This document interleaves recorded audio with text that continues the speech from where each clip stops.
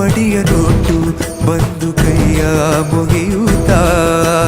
ಗಂಗಾ ಜಲದ ಕಳಶ ಹಿಡಿದು ಬಿಂಬ ಮಾಡುತ್ತ ಸರ್ವೇ ಜನಹಿತಂ ಪ್ರಾಣಂ ಸ್ಥಾಪಿತ ಉಂದಾಗಿಸುತ್ತಲೇ ಪರಶಿವ ಶಕ್ತಿಯ ಮಂತ್ರ ಘೋಷಧಿ ಬಿರದು ಭಕ್ತಿಯ ದೇಹ ಶುದ್ಧಿರಣೇನ ಭೂಯಾತ್ ಶಾಂತಿರಣೇನ ಭೂಯಾತ್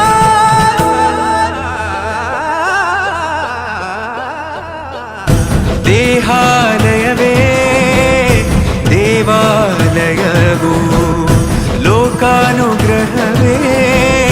ದೈವಾನುಗ್ರಹವೂ ಪ್ರಣವ ಸ್ವರೂಪ